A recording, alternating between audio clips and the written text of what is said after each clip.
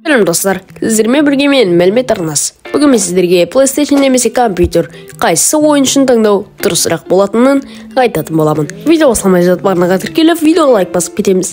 Ал біз бастаймыз. Бірінші біз PlayStation-ның артықшылықтары мен кемшіліктерінен бастайық. Қарапайымдылық және ыңғайлылық. PlayStation қосудан басқа ештеңе жасаудың қажеті жоқ. Ойнауға дайын. Төмен баға. Әдетте PlayStation-ның бағасы компьютерге қарағанда әлде қайда арзан. Эксклюзивті ойындар. PlayStation-да тек осы платформада қолжетімді ойындар бар. Мысалы, God of War және The Last of Us.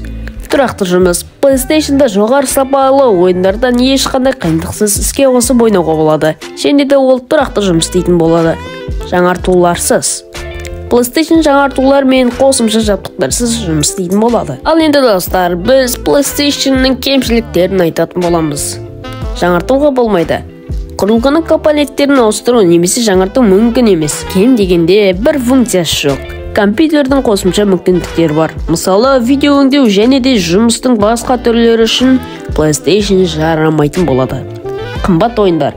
Кейбір эксклюзивті ойындар немесе арнайы пакеттерге тым қымбат болуы мүмкін. Техникалық шектеулер, графика мен өнімділік компьютермен салыстырғанда төмен болуы мүмкін. Ал енді достар, мен сіздерге компьютердің артықшылықтары мен кемшіліктерін айтатын боламын. Жаңартуға мүмкіндік. Компьютер құрамдас бөліктерін графикалық карта, процессор жаңартуға болады.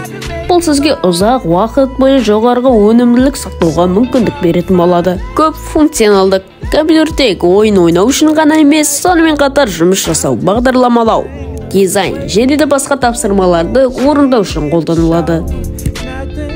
Қосымша мүмкіндіктер. Компьютерде интернетке қосылу, жазба жасау, видеомонтаж, графикалық өңдеу сияқты қосымша мүмкіндіктер бар.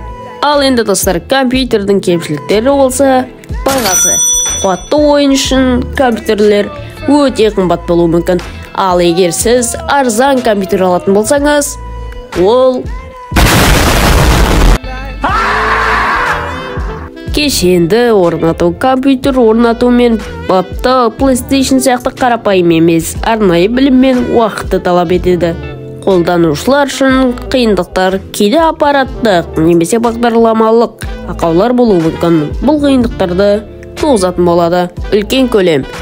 Компьютер сіздің жұмыс орныңызда немесе бөлмеңізде көбірек орын алатын болады. Бұл үйде немесе жұмыс орнындағы кеңістікті талап етуі мүмкін.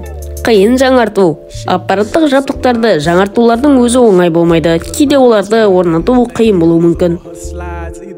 Достар, қайсысын таңдау сіздің қажеттіліктеріңізге байланысты. Егер ойын үшін қарапайым және қолжетімді құрылғы қажет болса, сізге PlayStation жақсы таңдау. Ал егер жоғарғы өнімділік, жаңартулар мен қосымша мүмкіндіктер керек болса, бұл сізге компьютер таңдаған дұрыс болатын еді.